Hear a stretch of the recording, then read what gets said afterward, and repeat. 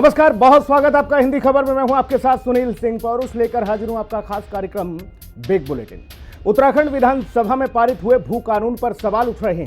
लोगों पर बीजेपी प्रदेश अध्यक्ष महेंद्र भट्ट ने करारा हमला बोला है। जिन लोगों ने ये सवाल उठाए, महेंद्र भट्ट ने कहा कि जो चंदा वसूली कर भू कानून के नाम पर लोगों को बरगलाते रहे, अब उन्हें कुछ मिल नहीं रहा, तो वो भू कानून पर जनता को भ्रमित करने का प्रयास कर रहे हैं।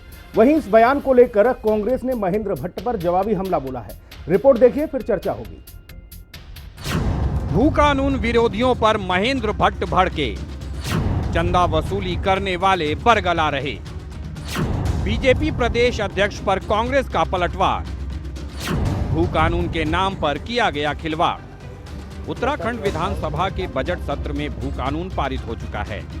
नए भू कानून में हरिद्वार ऊधम सिंह नगर को छोड़कर बाकी 11 जिलों में राज्य से बाहर के व्यक्ति को कृषि के लिए जमीन खरीदने की अनुमति नहीं है। नगर निकाय क्षेत्रों को छोड़कर बाकी जगहों पर बाहरी राज्यों के व्यक्ति जीवन में एक बार आवासीय प्रयोजन के लिए 250 वर्ग मीटर भूमि खरीद सकेंगे, लेकिन इसके लिए उन्हें अब शपथ पत्र देना जरूरी होगा।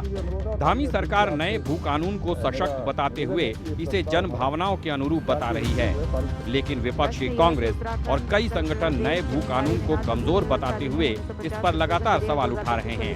भू कानून पर सवाल उठा रहे लोगों पर बीजेपी प्रदेश अध्यक्ष महेंद्र भट्ट ने करारा हमला बोला है।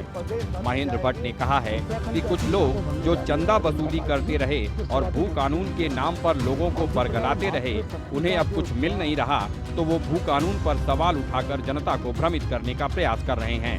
वहीं महेंद्र भट्ट के बयान पर कांग्रेस ने निशाना साधते हुए कहा है कि बीजेपी के कुछ नेता और विधायक भी भू कानून की मांग को लेकर हुई रैली में शामिल रहे थे, तो क्या वो भी इसकी आड़ में चंदा वसूली करते रहे? ये 2 जिलों की चर्चा है और हमको विकास भी चाहिए, हमको उद्यम भी चाहिए, बेरोजगार युवाओं को रोजगार भी चाहिए। इसलिए जो पॉलिसी बनी है उसका समर्थ स्वागत होना चाहिए।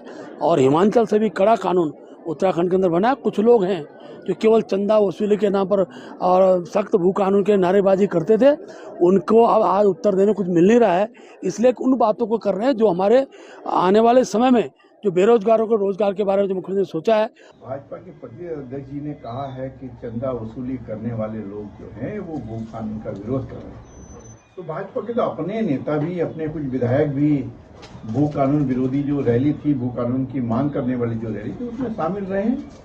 तो इसका मतलब तो ये हुआ कि भाजपा के अपने विधायक, अपने नेतागण भी भू कानून लाने की आड़ में, उसके विरोध करने की आड़ में चंदा वसूली कर रहे थे, भू माफियाओं के साथ मिले हुए थे। तो जो चोर दरवाजा बनाया गया है भू कानून की आड़ में, वो अपने लोगों को फायदा पहुंचाने के लिए और भू माफियाओं को फायदा पहुंचाने के लिए चोर दरवाजा बनाया गया है।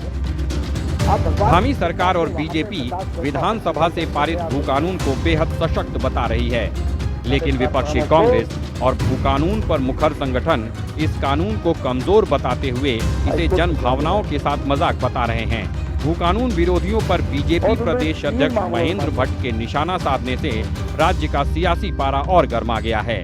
अब देखना होगा कि उत्तराखंड में भू कानून पर छिड़ा सियासी संग्राम आगे कितना जोर पकड़ता है। देहरादून से संवाददाता दीपिका भंडारी और अशोक कुमार के साथ ब्यूरो रिपोर्ट, हिंदी खबर।